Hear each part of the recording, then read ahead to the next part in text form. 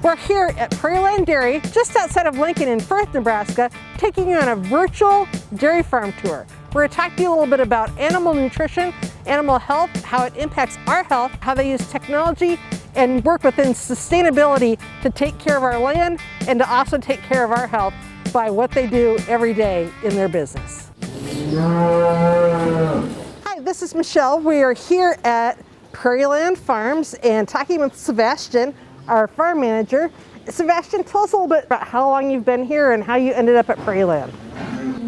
Well, I'm happy that you guys are here. I've been here at Prairieland for around 2 years now, and before this I went to grad school at Kansas State University. I got my master's degree in farm animal repro, and this opportunity came up to manage the farm, so me and my wife came up here, and we've been living here at the farm and been here for around 2 years now.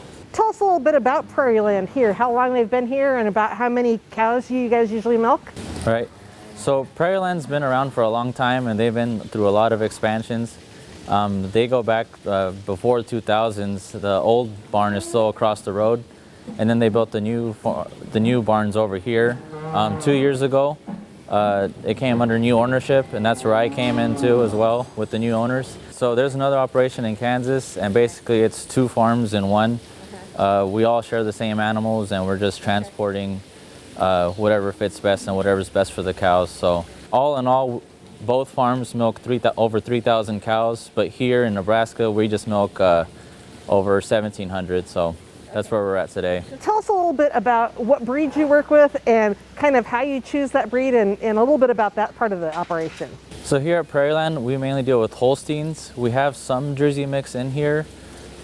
Basically, every dairy is different. We work with Holsteins because that's the way our milk market is. Our area demands more volume, so Holstein's the perfect animal because out of all the dairy breeds, Holsteins will produce the most amount of milk. We'll mix with other breeds in, probably maybe just for their smaller size, and as well as the other breeds like Jersey, Brown Swiss, they have a little bit more butterfat and protein. So every dairy is different, but it mainly depends on what your milk market is and what your co-op demands from you.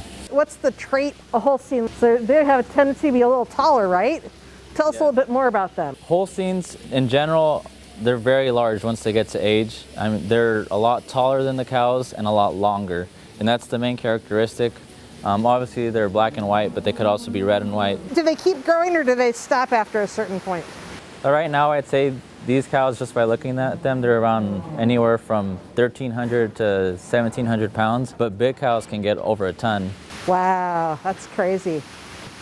They're also a lot more comfortable around people. They'll come and stare at us. They're very curious. They're just more comfortable around people and won't run away, and they like being around others. Tell us a little bit about the ear tags, what that tells you about your cows when you're looking at your cows. Right. So generally the ear tags, these are given at birth, so if everything works right, they should only get one ear tag. And then, so when they're born, we'll give them an ear tag, and usually we'll write the birth date on them. An ear tag can tell us a lot about a cow. It's not only our way to ID them, but it also works to help find them and whatnot. But usually they have one ear tag for their whole life. Obviously it comes out, we'll just reinsert the ear tag, which is no big deal. Well, this gal has been curious about what we've been doing the whole time and is kind of checking us out, and you said she's been around a lot longer, and so she's kind of a leader of the pack. Right. The older cows, they take a lot of the leadership of the herd. Every herd kind of has its leader, and usually the older cows, they tell them when it's time to eat, when it's time to go to the parlor, so a lot of the cows will follow the older cows.